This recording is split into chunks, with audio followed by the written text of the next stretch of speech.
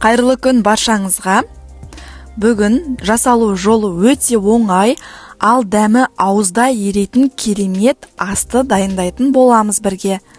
Әуелі каналыма жазылып, және достарыңызбен бөлісе отырыңыздар.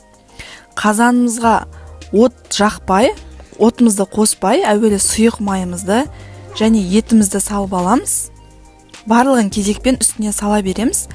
Етімізді тұздап, қалаған ұнататын дәмдеуіштеріңізді, болмаса үйдегі бар дәмдеуішті қоссаңыздар болады. Және бұл тағамға тауықтың еті өте жақсы үйлесетін болады. Сарымсақ және пиязымызды кезекпен сәбіз және картопымызды қосамыз. Қаласаңыздар, қызанақ пен болгар бұрышын қосып жіберсеңіздер де болады. Тұз.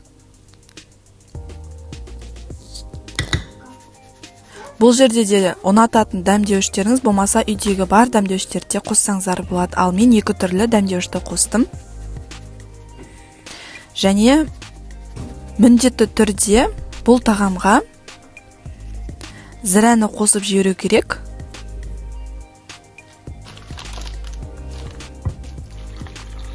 Және көптеу қылып су құямыз.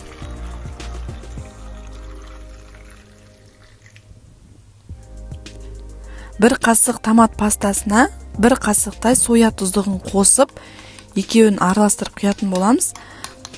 Және осылай бүтін күйінде құйып жіберуге болмайды. Кішкене су құйып, сұйықтау қылып құйған дұрыс.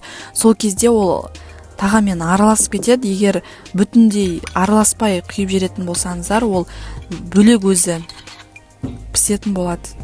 Дәмі араласпайтын болады. Осылай кішкене араластырып жібереміз, дәмі сіңу үшін. Енді барлық жерін бітеп тұрып, 40 қабатты салатын боламыз. Осы 40 қабаттың буына пісетін болады.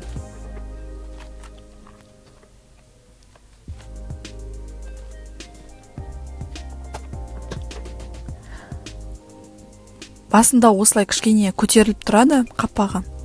Кішкене қайнағаннан кейін өзі 40 қабат басылатын болады. Әуелі қатты отта, қайнағаннан кейін баяу отта пісіріп аламыз. Осымен біздің тағамымыз дайын. Кезекпе-кезек салып аламыз. Егер қаласаңыздар, 40 қабатты бірге араластырып жіберіп салсаңыздар да болады. Болмаса осылай астына 40 қабатты бөлек, сосын картопын салсаңыздар болады. Бұл тағамның еті пісіп, картоп езіліп кетеді дегені болмайды. Барлығы бірдей езіліп, картопымыз бүтін болып, әдемі болып пісетін болады.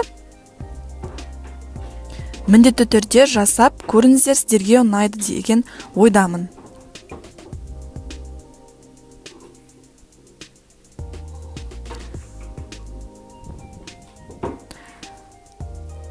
Бірге көргендеріңізге соңына дейін рахмет.